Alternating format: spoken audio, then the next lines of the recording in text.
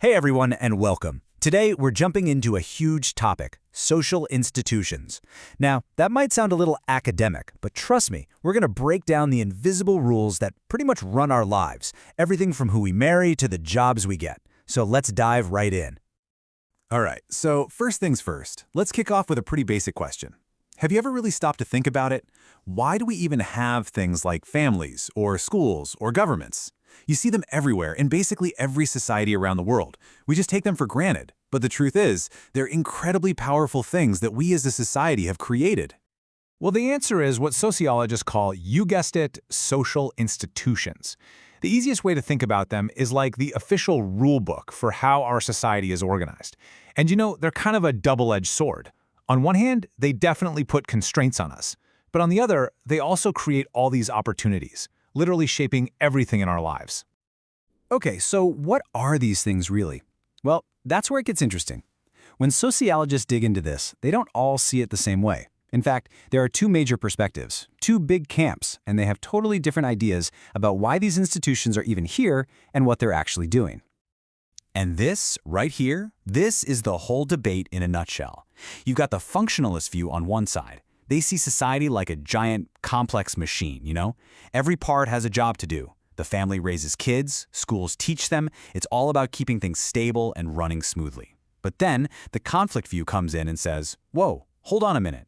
They argue that these institutions aren't for everyone. They're actually tools that powerful groups use to stay on top.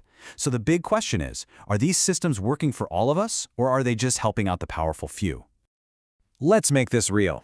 Our first deep dive is into the family. I mean, this is the one institution that feels the most personal, the most natural to all of us, right? But what we're about to see is that the idea of family is way more diverse than you might think, and it's all shaped by these powerful social rules.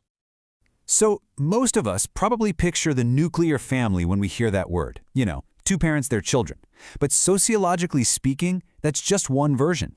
In India, for example, the joint family is still a huge deal. And get this, where a newly married couple lives is not just a random choice. In matrilocal setups, they move in with the wife's family. In patrilocal ones, which are way more common, they go to the husband's. That simple decision completely changes the family's power dynamics. And marriage itself is absolutely packed with rules. You've got endogamy, which basically says you have to marry someone from inside your own group. Same caste, same religion. It's all about keeping those boundaries tight. Then there's exogamy, which is the complete opposite. It forces you to marry outside your specific clan or village. It's a fascinating way that societies build alliances and draw the line between us and them. Wow. Just listen to the words of this folk song. It's so beautiful, but also really sad, isn't it? And it's the perfect example of what these abstract rules actually feel like for real people. This song captures that deep sorrow of a daughter who has to leave her entire world behind after getting married. And why? Because of those rules we just talked about, patrilocal residence and village exogamy. It just goes to show you, sociology isn't just about big theories. It's about real human emotions and experiences. Okay, let's shift gears. We've talked about the private world of family, now let's step out into the public world of work.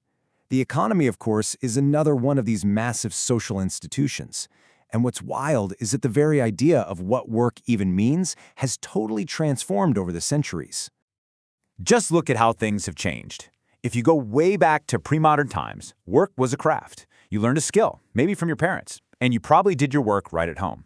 Then, industrialization happens. Suddenly, work moves out of the home and into massive factories. It's all about mass production. And now, we're in this new era of flexible production. Work is spread out all over the globe, all to serve global markets. It means a worker in one country is completely tied to what a consumer in another country decides to buy. And the only reason any of this modern stuff works is because of one key concept, the division of labor. Think about it. In the old days, most people knew how to do a bit of everything. Today? Oh man, today work is hyper-specialized. I mean, I don't grow my own food or build my own car. This makes us super efficient, for sure. But it also means we are completely dependent on thousands of people we will never, ever meet. So we've got the family, we've got the economy, and now we move to the institution that kind of oversees it all, politics.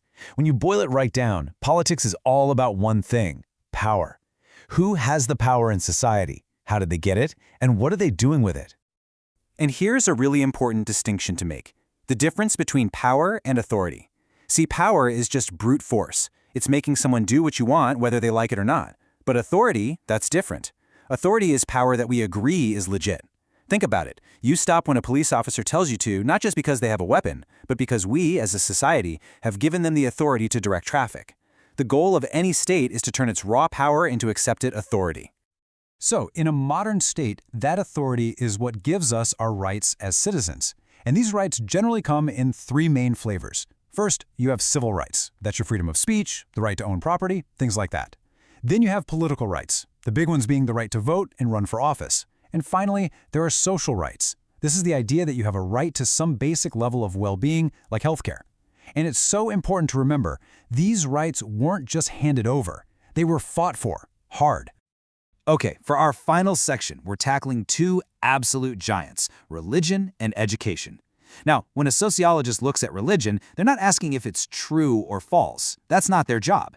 Instead, they ask, what does religion do in a society? What role is it playing? And how does it link up with all these other institutions?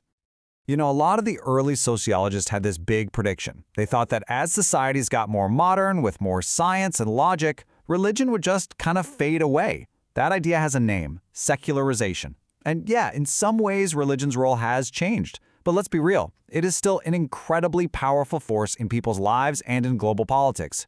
So that simple prediction didn't quite pan out. And here is a perfect example of how religion can shake up everything else. The famous sociologist Max Weber did this incredible study. He argued that a specific set of religious ethics from Calvinist Protestants, this idea of working incredibly hard and being frugal as a sign of faith, actually created the perfect cultural recipe for modern capitalism to take off. It's a textbook case of how these institutions are all tangled up together. And last but not least, let's look at education. Remember those two big perspectives from the beginning? They fit perfectly here. The functionalist view says schools are absolutely essential. They teach us our shared culture and help sort us into the right jobs. But the conflict view? They say education is actually a system for keeping the powerful in power. Rich kids go to better schools, get a better education, and, well, you see the pattern. It reinforces the divide. So what do you think? Is school the great equalizer, or is it just stacking the deck? Phew. Okay, we've talked family, work, politics, religion, and education. That's a lot. So let's wrap this up and boil it down to the most important takeaway. If there's one thing you walk away with today, it's this. These social institutions are not in their own little separate boxes. They're like the interconnected pillars holding up the entire roof of our society. The kind of family you're born into can influence the school you go to, which definitely affects the job you get, and all of that is happening under the rules set by our political and cultural world. It's all connected. Now, if you want to dig into this stuff even more and get some really solid notes on everything we covered, you should definitely check out our Telegram channel. The link is waiting for you right there in the description. It's an awesome resource, especially if you're studying for exams. All right, I want to leave you with one last question to chew on. It's obvious that these institutions have a huge impact on us, right? They shape our lives, but here's the thing. It is not a one-way street. We, the people, can challenge these rules. We can resist them. We can change them. So the real question I have for you is, how will you help shape them? Thanks so much for joining me.